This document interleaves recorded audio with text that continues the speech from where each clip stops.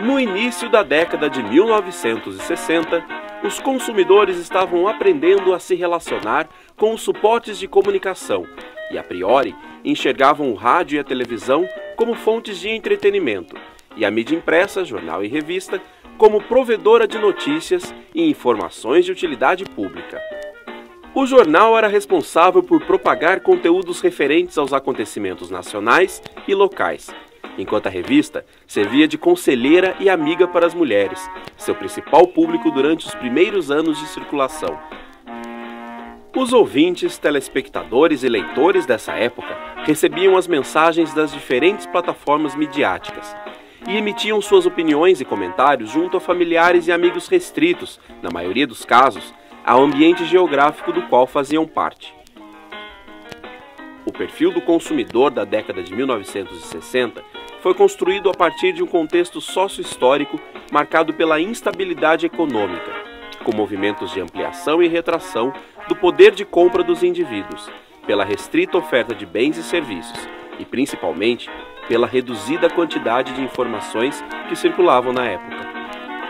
Os anunciantes dispunham de grande controle sobre as mensagens que eram apresentadas aos potenciais compradores, visto que os canais de comunicação possuíam um caráter mais unilateral, e assim, a atividade publicitária não enfrentava os desafios que a contemporaneidade apresenta. Em outra vertente, vemos o ethos de consumo da década de 2010, que no Brasil tem sido marcado pelo desenvolvimento econômico, pela ascensão e maior participação da classe C na aquisição de bens e produtos, pela complexidade das estruturas familiares, pelo empoderamento feminino e pela ampla utilização da internet por diferentes perfis de públicos. Reconfigurando o cenário, temos a fragmentação da audiência, que agora faz com que os anunciantes disputem a atenção dos consumidores, em meio a muitas plataformas de mídia. Essa paisagem também nos convoca a compreender que, ao longo de 50 anos, o país passou por transformações significativas nas esferas política e econômica. O Brasil se tornou uma nação com melhores condições de vida. A expectativa média elevou-se para 73,4 anos em 2010 e apresentou novas configurações populacionais, pois, diferentemente da década de 1960, os indivíduos passaram a ocupar majoritariamente o espaço urbano, 84,4% do total. Tal panorama fez surgir uma nova dinâmica de consumo, com a ascensão e a maior participação da classe C na aquisição de bens e produtos.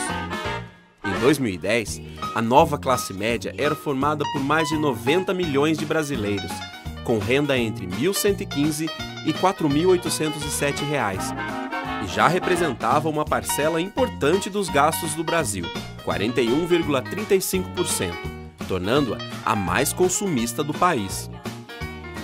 Empresas interessadas em atender a esse novo público lançaram segundas marcas e desenvolveram produtos com características peculiares que pudessem conquistar a demanda crescente.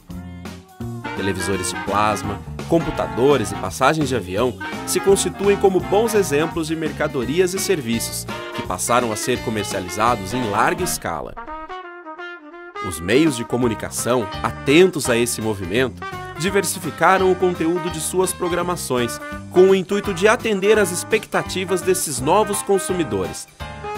As revistas, que no passado serviam de amigas e conselheiras das mulheres, seu principal público, agora agregam novos temas como carreira, viagem, moda e sexo. O surgimento da internet nos anos 90 e a sua utilização em escalas cada vez maiores também ajudaram a reformular as práticas de consumo da atualidade. Nos anos 2000, houve uma explosão do comércio eletrônico no país.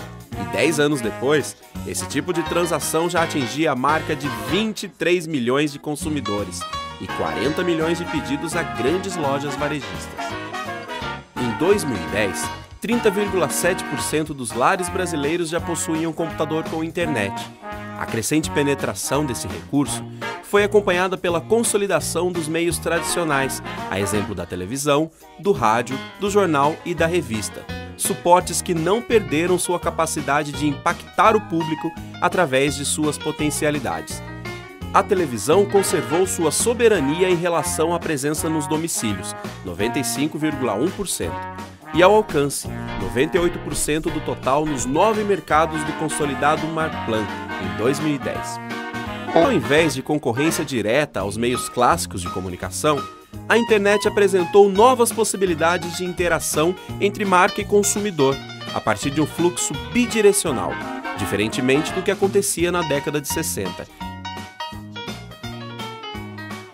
Os prosumers, expressão proveniente da fusão entre os termos consumidor e produtor, passaram a criar e distribuir conteúdo de toda a natureza, inclusive acerca dos produtos e serviços experimentados. As conversações, outrora restritas ao espaço geográfico, foram estendidas para as novas redes sociais surgidas, especialmente através dos sites de relacionamento, e assim, a prática da recomendação ganhou ainda mais relevância. Em meio a toda essa complexidade, o fato que não podemos negar é que o perfil do consumidor da década de 2010 ainda está sendo construído.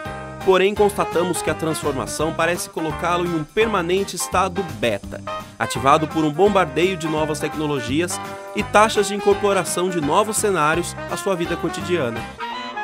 Por fim, é muito fácil afirmar que os consumidores de hoje são detentores de um nível de controle nunca antes visto, que moldam o mercado do marketing e que são forjados a partir das novas perspectivas comunicacionais.